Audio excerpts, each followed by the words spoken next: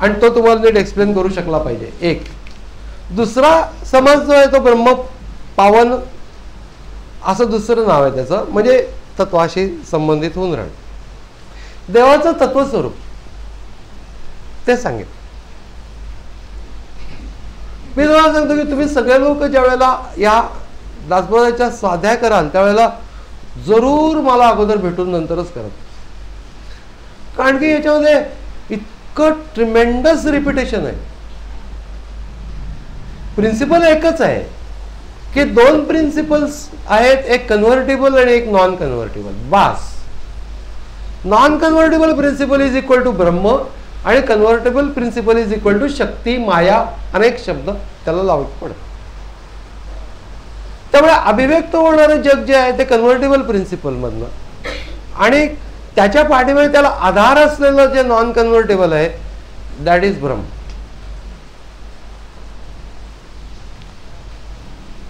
म्हणून देवाचं तत्वस्वरूप तुम्ही दुसऱ्या अध्यायामध्ये समजून घ्याल कदाचित गीतेच्या, तेच सांगितलेलं आहे इथे. उपदेशाच्या मध्ये सुद्धा अनेक लोक निरनिराळ्या प्रकारचे उपदेश करतात. त्याचं मागे एकदा येऊन गेलं, ब्रह्मज्ञाने वीण उपदेश तो मानू नये विशेष. त्याला काही विशेष फार महत्व देऊ नये. व्यावहारिक पातळीवरचे उपदेश असतात, अभ्यास करून कुणाचं भलं झालंय असे पण उपदेश लोक करतात. माणूस हे सगळे विशेष नसतातच उपदेश. सासूबाईंचं ऐकू नको, तुझं म्हणणं काहीतरी मांडायला सुरुवात, हे सगळे उपदेश व्यावहारिक पातळीवरचे उपदेश आहेत. ब्रह्मज्ञाने वीण उपदेश तो मानू नये विशेष, धान्य वीण जैसे भूस खाता नये. म्हणजे ते धान्याचं आतलं कण काढून घेऊन उरलेलं भूस आहे, ते भूस आपण काही खात नाही. भूसवड्या करतात पण तो ते वेगळी गोष्ट आहे. ब्रह्मज्ञानाच्या शिवाय उपदेश महत्वाची गोष्ट नाही आहे हे सांगितलंय आणि त्याचं तत्व सांगितलेलं आहे. पृथ्वी नव्हे, आप नव्हे, तेज नव्हे, वायू नव्हे, वर्ण व्यक्त ऐसे नव्हे, अव्यक्त ते अव्यक्त असं तत्व आहे. त्यास म्हणावे देव, त्यालाच देव असं म्हणायचं.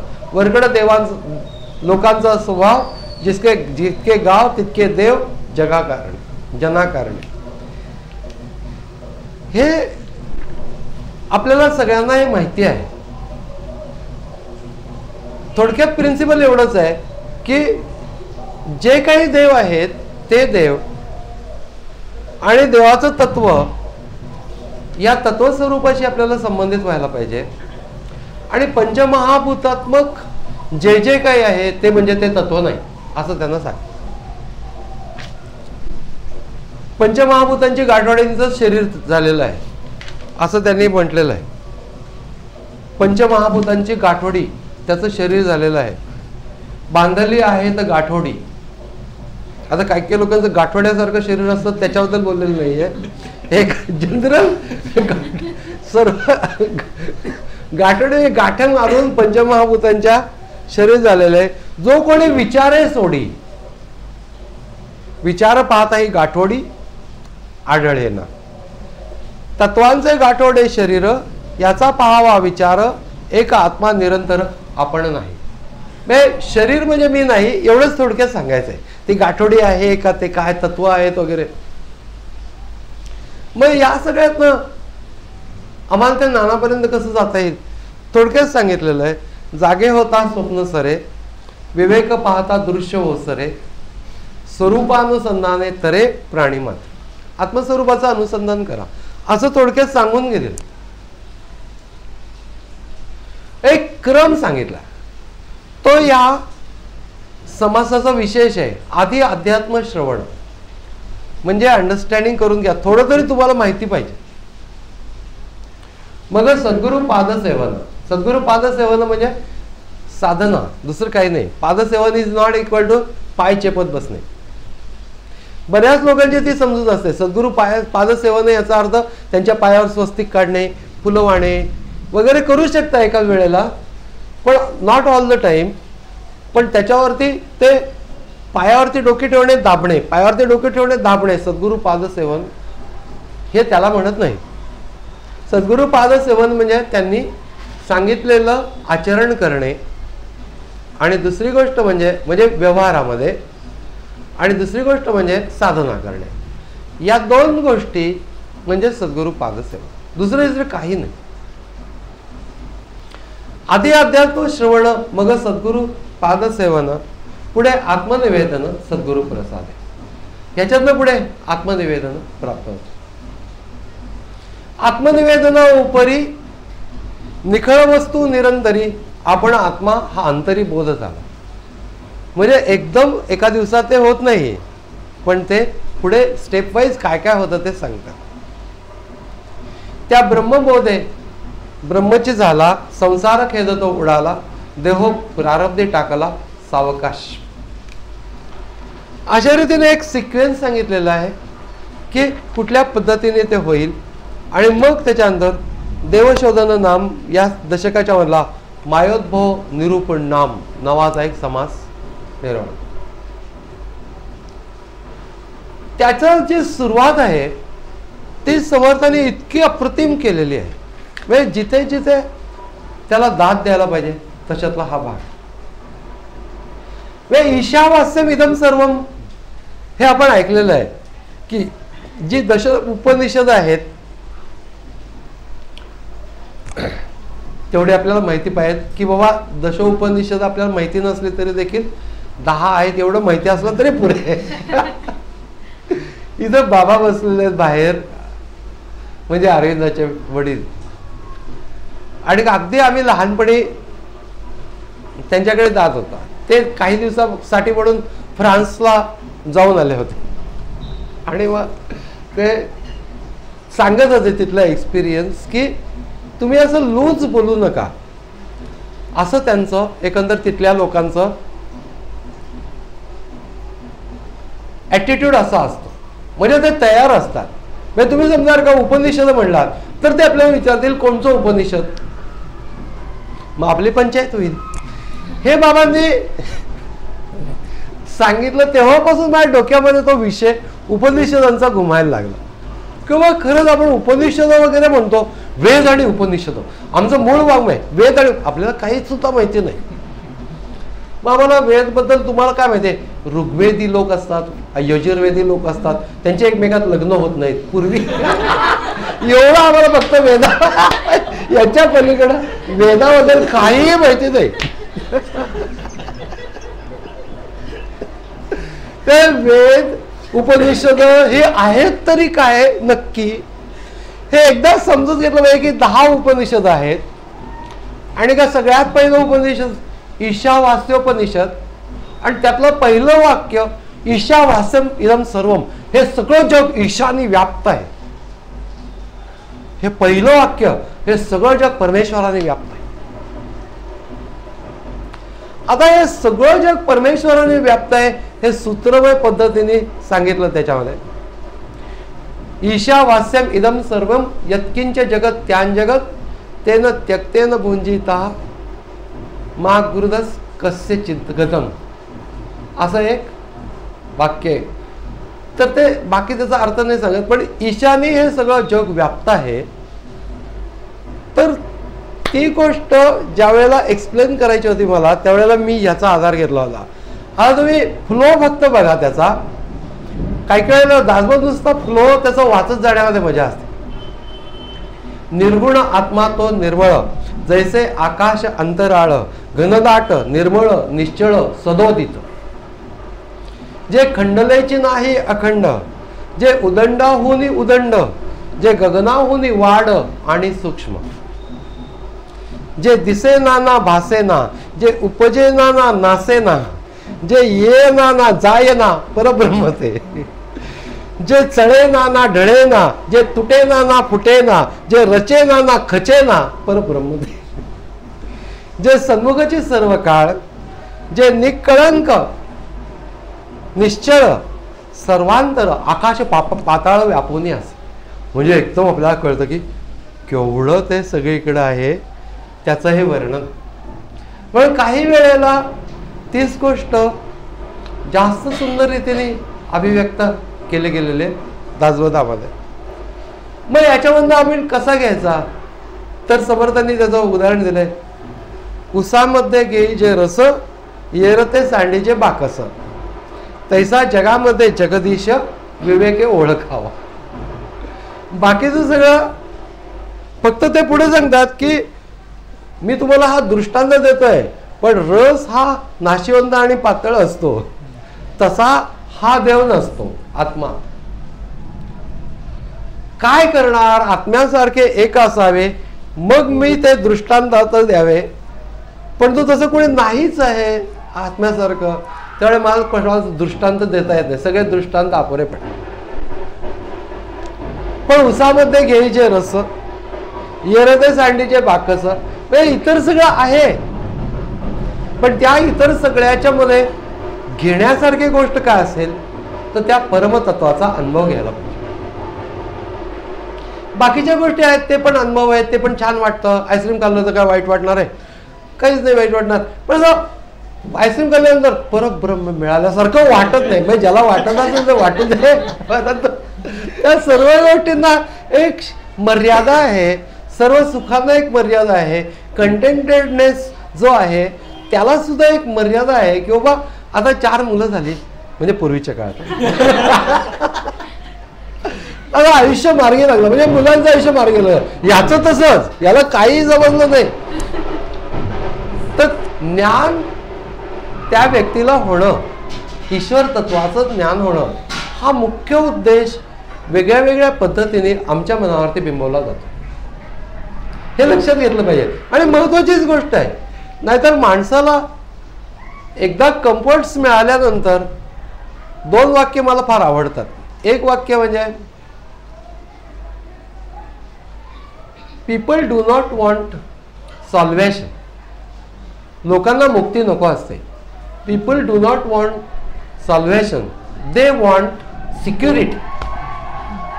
त्यांना सिक्युरिटी पाहिजे.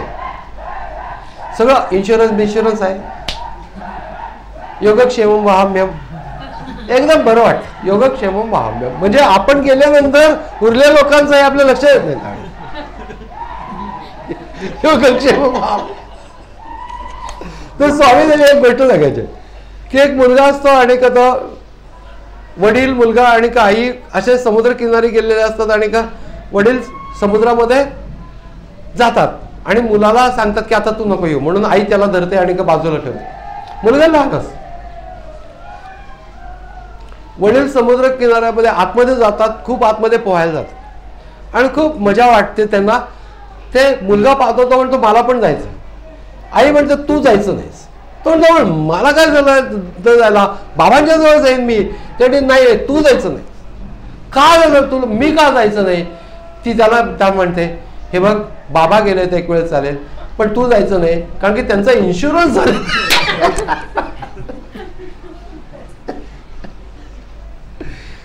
Insurance is not life security, हे लक्षात घेतलं पाहिजे. हे सगळं काय ठीक आहे वगैरे, मेडिक्लेम आहे आमचा, अमकं तमकं, या सगळ्या गोष्टी आपण लोक मरमरो जाती वडिले गेली ही प्रचिती समर्थांच्या भाषेमध्ये. त्यामुळे शाश्वत असं समजता कामा नये. हे आत्ताचं जे जीवन आहे सगळं ठीक चाललेलं आहे, सगळं ठीक आहे. हे सगळं बदलणार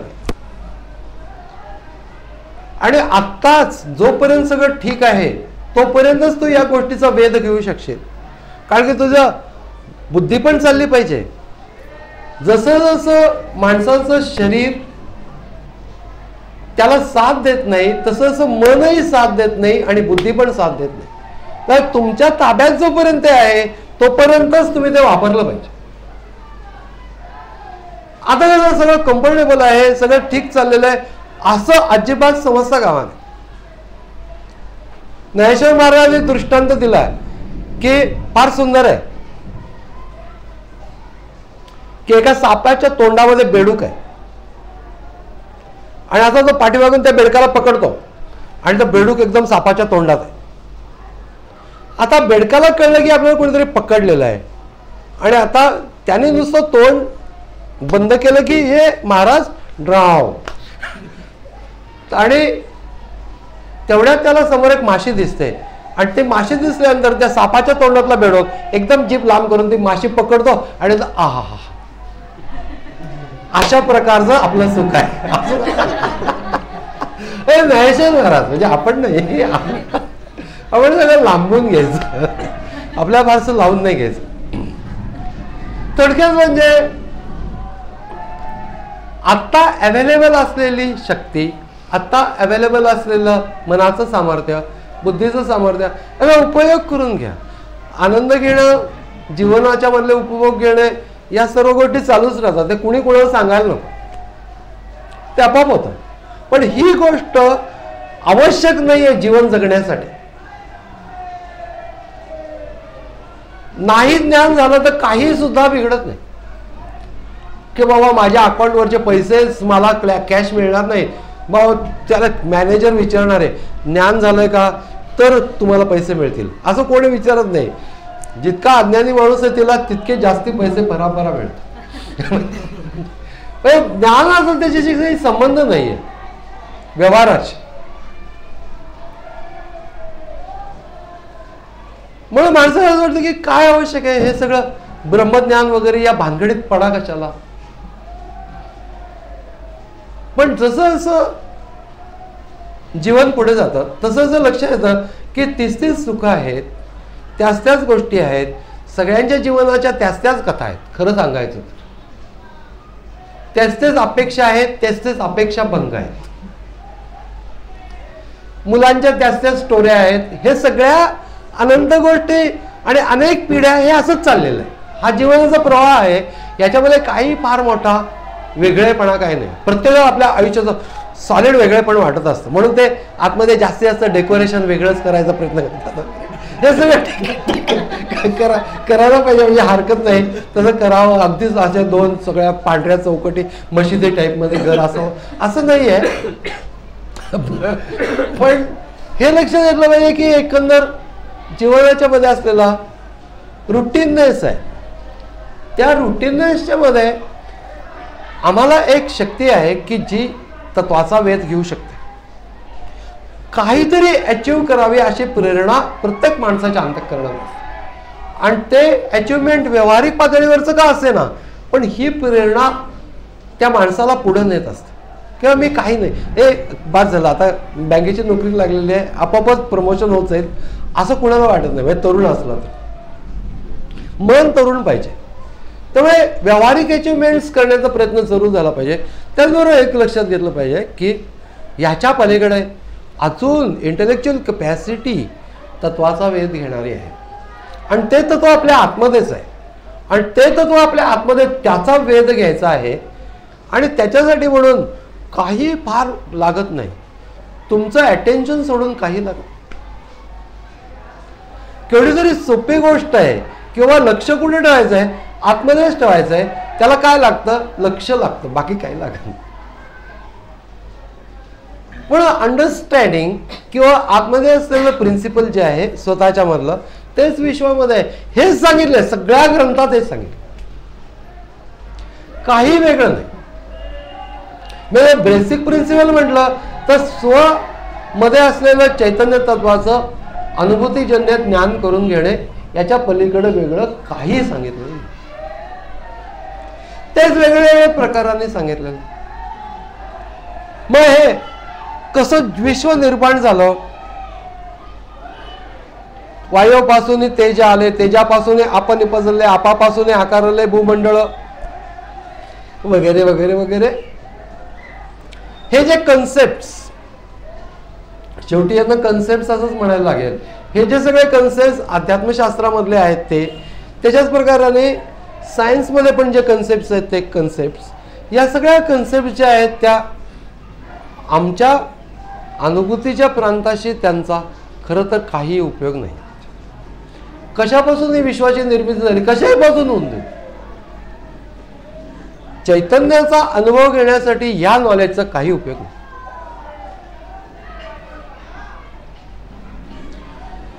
आणि एका लिमिटच्या पलीकडे रिझनिंग जाऊ शकत नाही.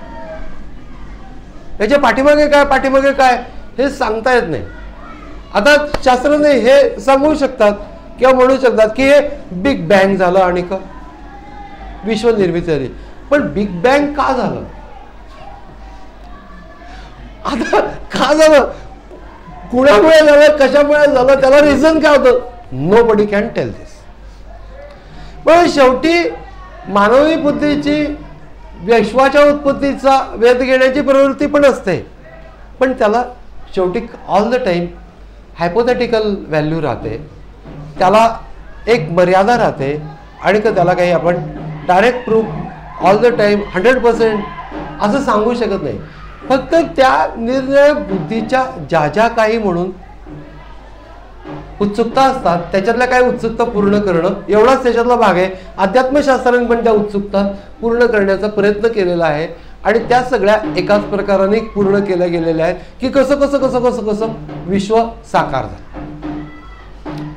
अगोदर अव्यक्त होतं सगळं, त्याच्यानंतर मग त्याच्यावर आपण एकटेच आहोत, एकच श्याम, मी एकटा आहे, तर सगळ्या अनेक रूपांनी नटावं असं परमात्म्याला इच्छा झाली. म्हणजे हा सगळा पुन्हा प्रॉब्लेम निर्माण होतो, निर्गुण परमात्म्याला इच्छा कशी झाली. मग ते कोडी सोडवत बसण्यापेक्षा जे आहे ते ऍक्सेप्ट करू की आपण जिवंत आहोत, ही पहिली गोष्ट ऍक्सेप्टेड आहे की नाही, आपल्याला ऍक्सेप्टेड आहे. त्यामुळे ह्या जिवंत असण्याच्या पाठीमागं एक चैतन्य तत्व आहे, त्या चैतन्य तत्वाचा वेध घेता येणं शक्य आहे आणि तो वेध घेतल्यानंतर माणसाला त्या तत्वाशी संबंधित झाल्यानंतर कृतार्थ वाटतो. त्यालाच देव असं म्हणायचं. म्हणजे देवाचे ज्या निरनिराळ्या गोष्टी आहेत त्याचं तत्वस्वरूप जे आहे ते सगळीकडे आहे, पण ते तत्वस्वरूप माझ्या शरीरामध्ये आहे आणि तिथं मी घेऊ शकतो. हेच फक्त सांगायचं आहे. मग तत्वज्ञानाचे हे सगळे समास आहेत. तत्वी गुंतला म्हणे कोहम, विवेक पाहता म्हणे सोहम, अनन्य होता अहम सोहम मावळते. एकरूप झाल्यानंतर तोच मी आहे अशा प्रकारचं भान पण मावळतं असं सांगितलं. मग या सर्व गोष्टींच्या बरोबर ब्रह्मनिरूपण असा चौथा समास आहे, माया ब्रह्मनिरूपण असा पाचवा समास आहे. हे सगळे समाज ज्या वेळेला आपण वाचतो त्यावेळेला आपल्या असं लक्षात असतं की या सर्व गोष्टींच्या बाबतीत आम्हाला मुळी सुद्धा उत्सुकता नाही. हे सगळं माया आहे. असू देत, काही असं ना, पैसे द्यायलाच लागतात ना, माया असो नसो, किंवा दूध बिल द्यायलाच लागतं. माया आहे म्हणून त्याला आपण सांगू शकत नाही किंवा माया आहे तू जा म्हणून, तो माया काढा पाहिजे ना. तर असं काही व्यवहार त्याच्याशी काही त्याचा संबंध नाही. कारण या सगळ्या तत्वज्ञानांनी आमचं डोकं फक्त एक साधारणपणे याच्यामध्ये वेगळं एक वैचारिक फ्रेमवर्क काय आहे एवढंच फक्त याच्यातनं समजून घ्यायचं. हे कुठल्याही परिस्थितीमध्ये आम्हाला अनुभूतीच्या पातळीला नेण्याच्यासाठी उपयोगी समास नाहीये. त्यामुळे ज्या गोष्टी योगपर आहेत आणि ज्या गोष्टी आम्हाला तत्वाशी जोडू शकतात त्या गोष्टींचं सोडून बाकीच्या सगळ्या गोष्टींचा आम्ही उगाच उहापोह करत बसण्यात काही अर्थ नाही. पण याच्यामध्ये एक विशेष असा समास आहे, तो म्हणजे देवशोधन नाम, जो 6व्या दशकामधला 6वा समास आहे. त्याच्यामधला सृष्टिकथन नावाचा एक समास आहे आणि तो सृष्टिकथन ज्याच्यामध्ये ते सगळ्या प्रकारचे प्रतिमात्मक देव जे आहेत त्या प्रतिमात्मक देवातनं आम्हाला शेवटी तत्वस्वरूप देवाकडे जायला पाहिजे असं हा समास सांगतो. याचं बेसिक प्रिन्सिपल हे आहे. कारण याच्यामध्ये काय माहिती, प्रश्न असा आहे की सगुण किंवा प्रतिमात्मक देवांच्यावरती समर्थांनी विलक्षण टीका केलेली. पाषाणाचा देव केला एके दिवशी भंगोनी गेला, त्याने भक्त दुखावाला रडे पडे आक्रंदे. देव हारपला घरी, एक देव नेला चोरी, एक देव दुराचारी फोडीला बळे. वाईट लोकांनी तो देव फोडला. एक देव जापाणीला, एक देव उदकी टाकीला, एक देव नेऊनी घातला पायात तळी. काय सांगो तीर्थ महिमा, मोडून गेला दुरात्मा, थोर सत्व होते तेमा काय झाले कळेना. देव घडीला सोनारी, देव होतेला वोतारी, एक देव घडीला पाथारी. पाषाणाचा आचार्यदेने प्रतिमात्मक देवांच्या बद्दल विलक्षण टीका केली. मग आपल्याला असं वाटतं की यांना हे असं सगुणाच्या उपासना करूच नाही असं वाटतं का काय? म्हणून तोच प्रश्न पुढच्या समासामध्ये करण्याच्या अगोदर समर्थाने एक विधान केलेलं, सगुणाचे नि आधारे निर्गुण पावीचे निर्धारे सारा सारा विचारे संत संगे. पण या समासामध्ये हे विधान विशेष विधान आहे. सगुणाच्या आधाराने निर्गुणाकडे जायचं आहे, त्याच्यासाठी म्हणून स्टेपिंग स्टोन म्हणून आपण कुठल्या गोष्टीचा उपयोग करतो तर त्या सगुण उपासनेचा. मग तोच विषय पुढच्या समासामध्ये घेतला की जर का ज्ञानाने दृश्य मिथ्या झाले तरी का पाहिजे भजन केले? हे दृश्य सगळं मिथ्या आहे, ज्ञानाने हे सगळं दृश्य मिथ्या झालं, हे मूर्ती बिर्ती सगळं मिथ्याच आहे. ज्ञानाने दृश्य मिथ्या केले तरी का पाहिजे भजन केले, येणे काय प्राप्त झाले मज निरोप. म्हणजे तुम्ही जी उपासना करता आहात, देवाला फुल वाहता आहात, उदबत्ती लावता आहात, काहीतरी सगुण उपासना करता, कशासाठी करायचं? आता शिष्य पाठीमागचं सगळं ऐकल्यानंतर टोकाला जाण्याची प्रवृत्ती असते, त्यानुसार तो टोकाला जाऊन विचारतो हे सगळं कशाला करायचं मग? आणि याचा आधाराच्या दृष्टीने ती गोष्ट बरोबर आहे. पण इथं काय आहे की ज्ञानेदृश्य मिथ्या झाले तरी का पाहिजे भजन केले, आणि मग कायम आलेला उपकार कोण झाला साक्षात्कार, किंवा प्रारब्धाचे अक्षर पुसले देवे, असं केल्यानं होणार हे तो पालटेना, भजने काय करावे जना, हे तो पाहता अनुमाना काहीच नाही. स्वामींची आज्ञाप्रमाण म्हणजे तुम्ही सांगता म्हणून आम्ही करू, परंतु मला काय पटलेलं नाही असं शिष्य समर्थांना. स्वामींची आज्ञाप्रमाण कोण करीला प्रमाण, परंतु याचा काय गुण मज निरोपावा, सगुण भजन करण्याचं काय कारण आहे? म्हणजे पूजा बिजा एखादं फुल वाहणं आपण कितीतरी करणार, आपण तरी किती करणार, आपण थोडंच करत असतो. त्याच्यावरती समर्थाने त्याला झाप झाप झापले, फार पाण्यासारखे. वक्तापणे सावधपणे सांगत ज्ञानाची लक्षणे, ज्ञान झाल्यानंतर हे सगळं दृश्य मिथ्या झालं ना, मग कशाला करायला पाहिजे? पण समर्थ असं म्हणतात, पहिल्यांदा मी त्यांचं म्हणणं काय ते नंतर सांगतो, त्यांचा शब्द आपण पहिल्यांदा ऐकू. वक्तापणे सावधपणे सांग ज्ञानाची लक्षणे, तुझं काही करणे लागे अथवा नाही. बाबा पूजाच करणार नाही असं म्हणतोस, तुला काही करायला लागत नाही का? करणे लागे भोजन, मेन प्रॉब्लेम तिथंच आहे की करणे लागे भोजन, करणे लागे उदक प्राशन, मल मूत्र त्याग लक्षण हेही चुके ना. की बाबा ज्ञानच झालं म्हणून तू तिकडे जाण्याचं बंद केलंस का? बाबा काय नाही, ज्ञानच झालं. म्हणजे समर्थांच्या भाषेत सांगतोय मी, माझं नाही सांगत. त्यानंतर साहेबास लोटांगणी जावे, म्हणजे आपला जो कोणी बॉस असेल, साहेबास लोटांगणी जावे, नीच्यासारखे व्हावे आणि देवासी न बजावे हे कोण ज्ञान. तो असं म्हणतोस का की हा मिथ्या आहे साहेब, असं नाही म्हणत. त्याला तो नमस्कार करतो, देवाला नमस्कार करायला काय हरकत आहे?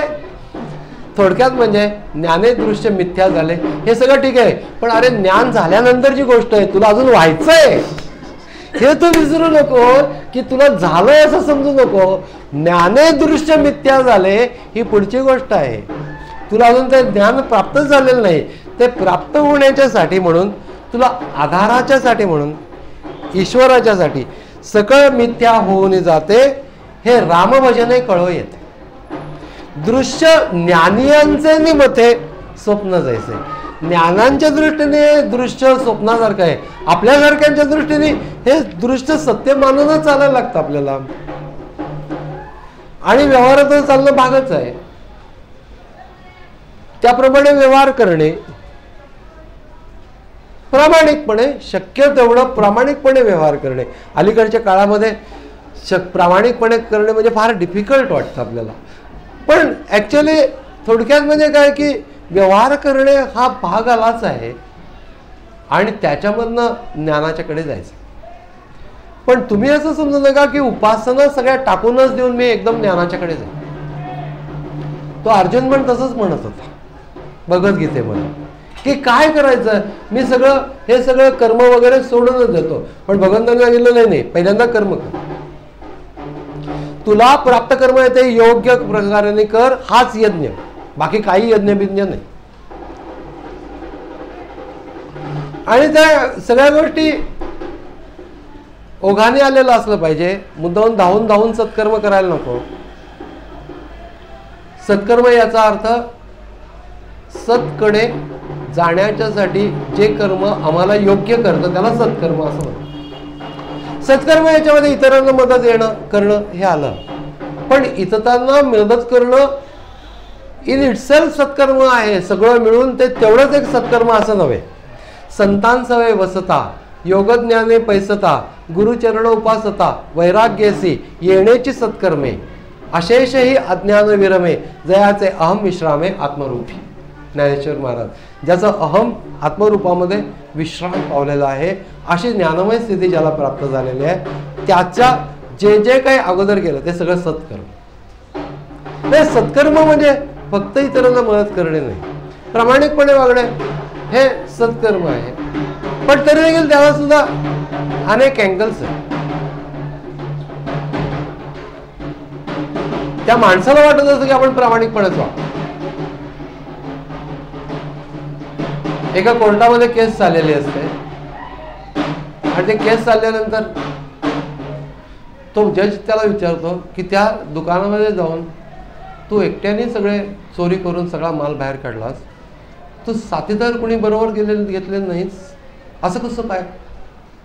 तो म्हटलं काय सांगणार साहेब, हल्ली प्रामाणिकपणा राहिला नाही.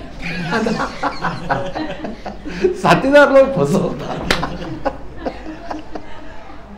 त्याला ते प्रामाणिकच वाटत, आपलं आपली चोरी करावं,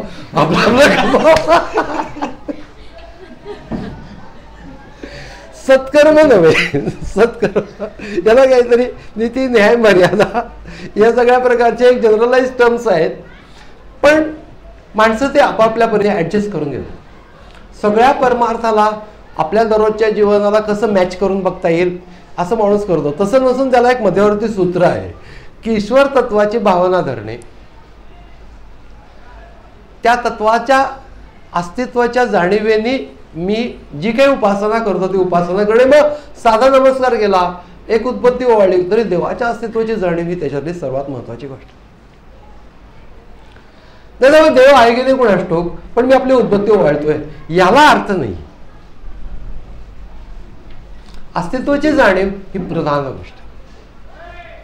आणि मग ती प्रधान गोष्ट आहे, त्याचं अस्तित्व आहे हे धरूनच चालू.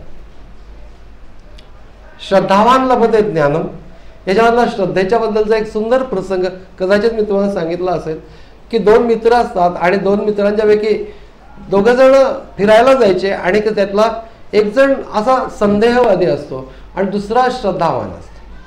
तो दररोज देवळामध्ये जायचा, हा बाहेर उभा राहायचा, हा बाहेर येईपर्यंत. आणि असे कित्येक वर्ष जातात. कित्येक वर्ष गेल्यानंतर एक दिवस तो म्हणतो की इतके वर्ष आपण येतो आहोत, तू दररोज देवळामध्ये जातोस, पण तुला कधी देव दिसला का, देव कधी पाहिलास का?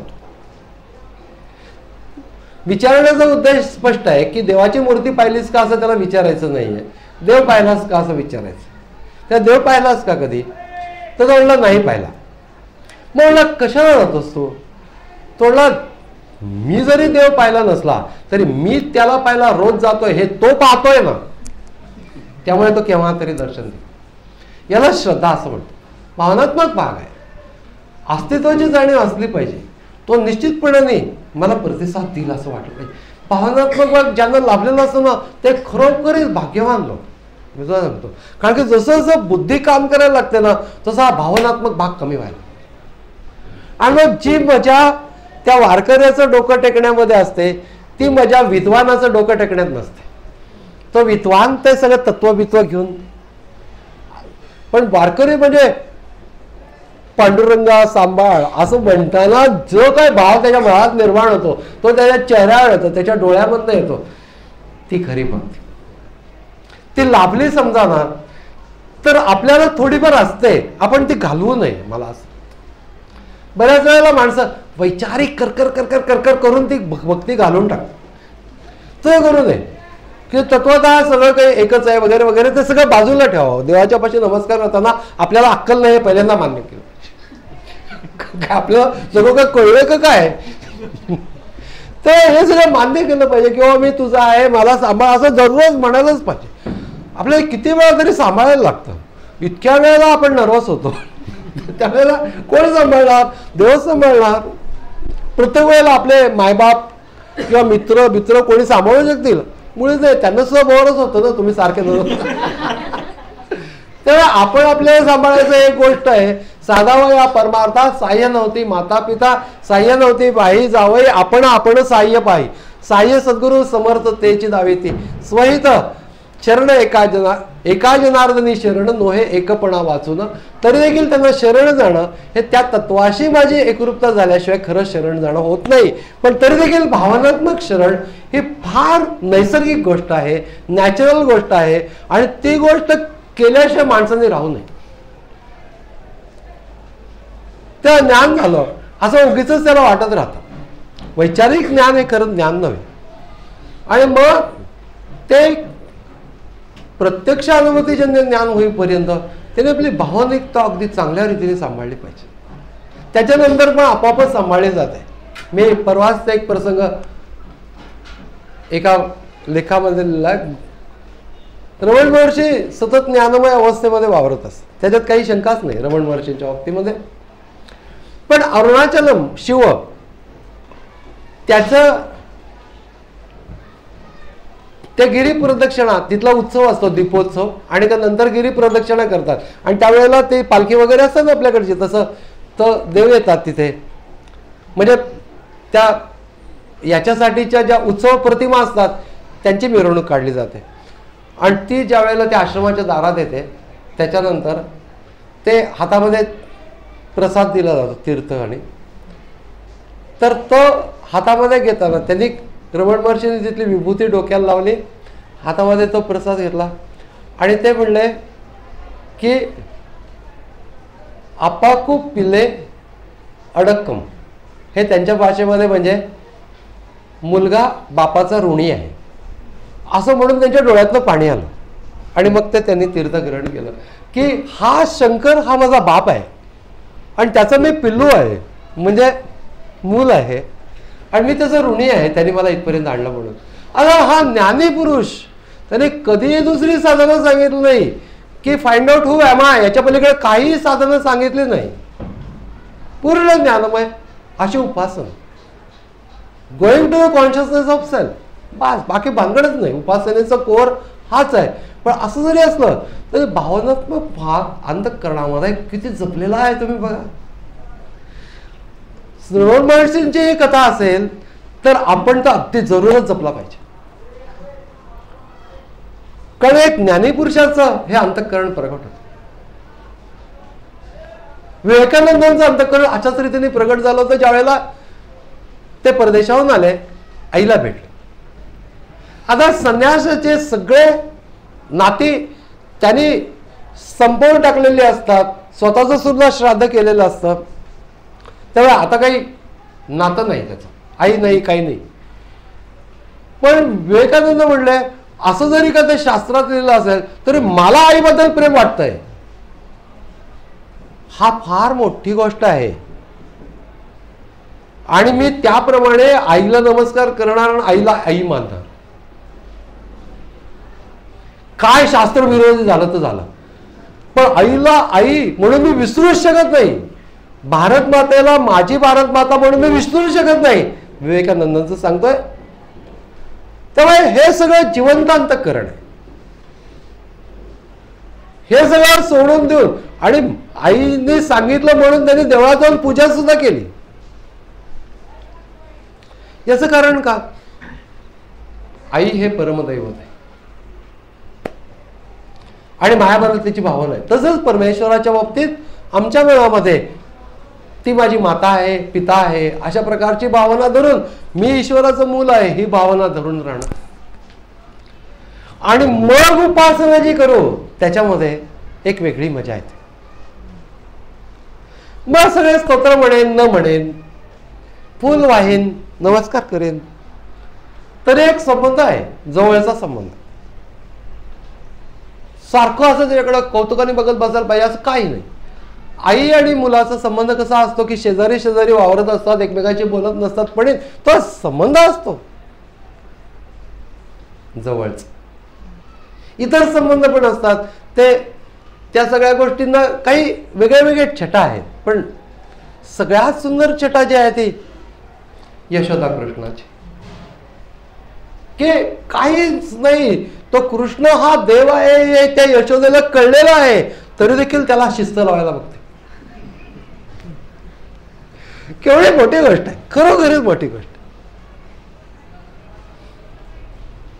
माती खातोस म्हणून तोंड उघडलं, देव धपाटा म्हणून, तर त्यांनी कृष्णाने आ करून दाखवलं तर आतमध्ये ती ब्रह्मांड फिरताना दिसली. ती बघितल्या ती यशोदा म्हणते, आता काय यास म्हणावे लेकरू, जगाचा हा गुरु माये बाप. पण ती परत डोळे मिटते एकदम, देखोनी भयानक ढाकेले डोळे, आणि कधी म्हणते की जर का हा देव आहे हे मी मान्य केलं तर माझं आई पण कुठं राहील. त्याच्यापेक्षा ती विचार करते तेवढ्या वेळामध्ये की आपल्याला काही दिसलं नाही असं दाखवायचं, म्हणून डोळे उघडते, म्हणते परत माती खाऊ नको. तिला पूर्ण माहिती आहे की हा देवच आहे म्हणून, पण ती मातृत्व आपले राखून राहिलेले. म्हणून कृष्णाने डेरा फोडल्यानंतर हातात काठी घेऊन त्याच्या पाठीमागं धावती येते यशोदा. याचं कारण तुला मी आज बनवणारच आहे, शिस्त लावणारच आहे, बांधणारच आहे. खरोखरीच बांधते. मग ते कृष्ण महाराज उखळ आणि ते झाडं पाडतात वगैरे, हे सगळे कथा आहेत. सगळ्यात शेवटची कथा मला फार आवडली की ज्यावेळेस गोकुळातनं कृष्ण जायला निघतो त्यावेळेला ती यशोदा त्याला बाजूला घेते आणि हात जोडून म्हणते की कृष्णा तू देव आहेस हे मला माहिती आहे, कृष्णा तू देव आहेस हे मला माहिती आहे. सगळ्या गोष्टी झाल्या, परंतु एक गोष्ट माझ्या मनात राहून गेली, मी तुला बांधलं होतं तेवढं तू विसरून जा, असं ते हात जोडून म्हणते. तेव्हा कृष्ण म्हणतो बाकी सर्व गोष्टी मी विसरू शकेन, पण तू बांधला होतास हे मी विसरू शकणार नाही. आता ती काकुळती येते, रडलेली होते, ते म्हणते असं का तू म्हणतो.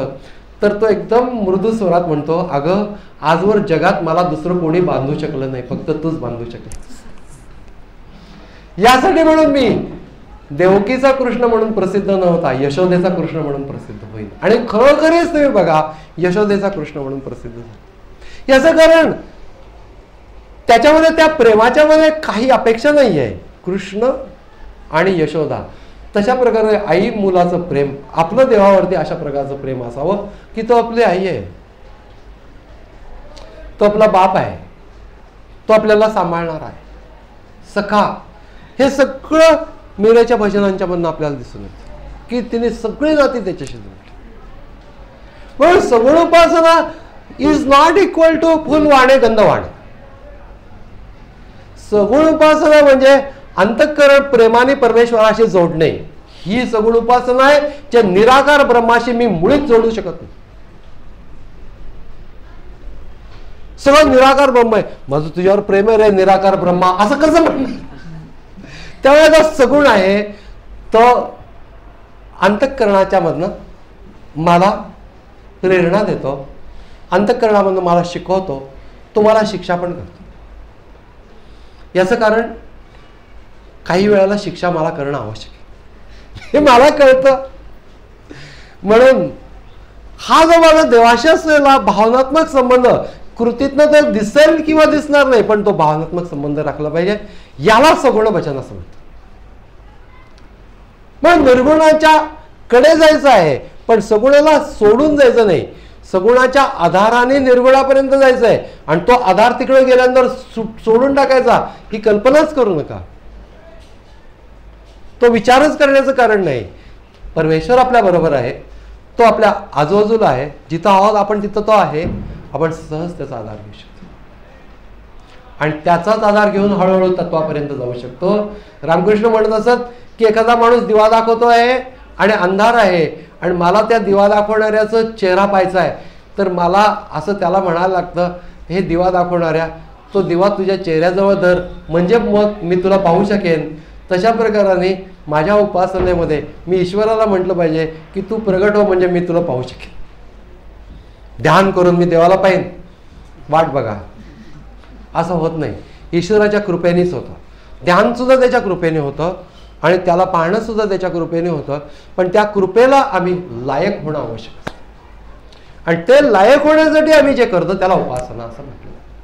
पण जेव्हा तुम्ही समास प्रेझेंट कराल त्यावेळेला फक्त त्या शब्दांची खेळत बसणं हे काय उद्देश नाही आहे. त्याचा गाभा आणि त्यांना प्रोजेक्ट काय करायचं याच्यात सगळं मांडलं पाहिजे. फार सुंदर असा हा दासबोध ग्रंथ आहे.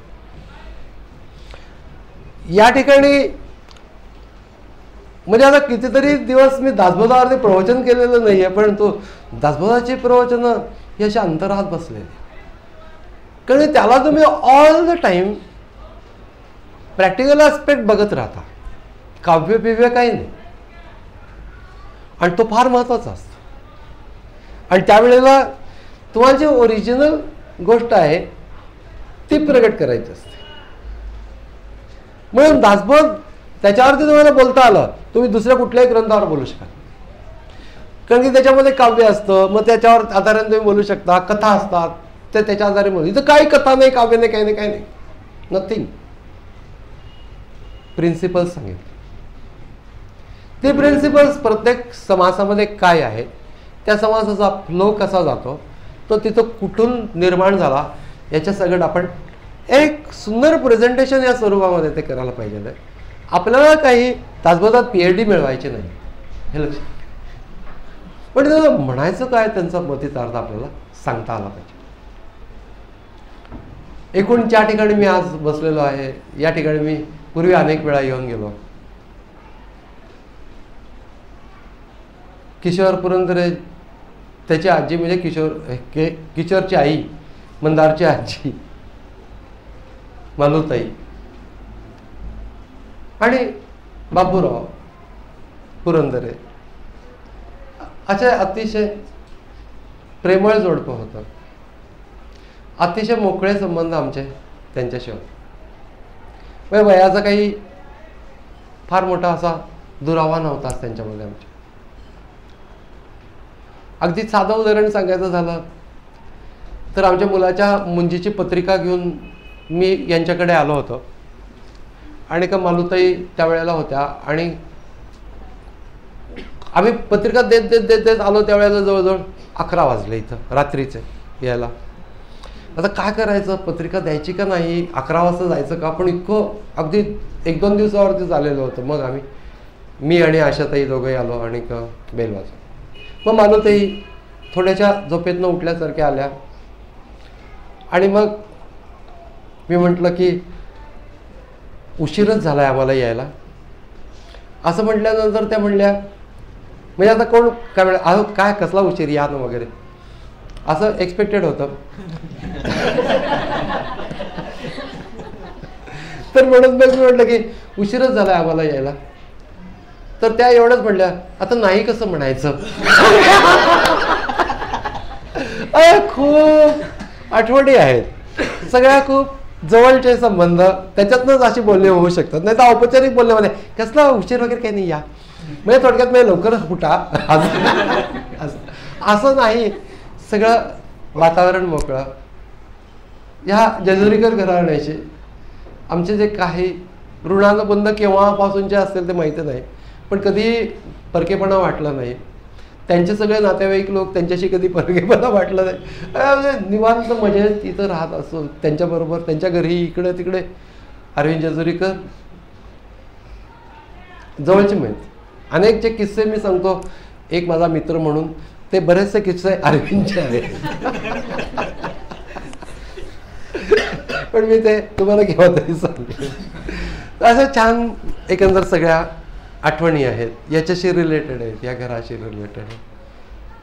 किशोरचे वडील पण अतिशय फ्रेंडली होते. असं मैत्री वाटायची त्यांच्याजवळ बसल्यानंतर, बोलणं खूप छान.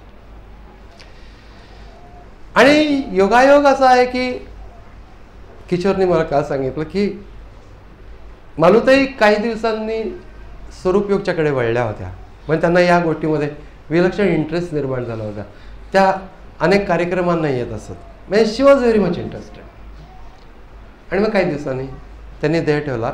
पण आज मी इतक्या वर्षांनी इथे येतोय आणि आज त्यांचा श्राद्धाचा दिवस आहे. हे योगायोग सुद्धा किती म्हणावेत याला मर्यादा आहेत.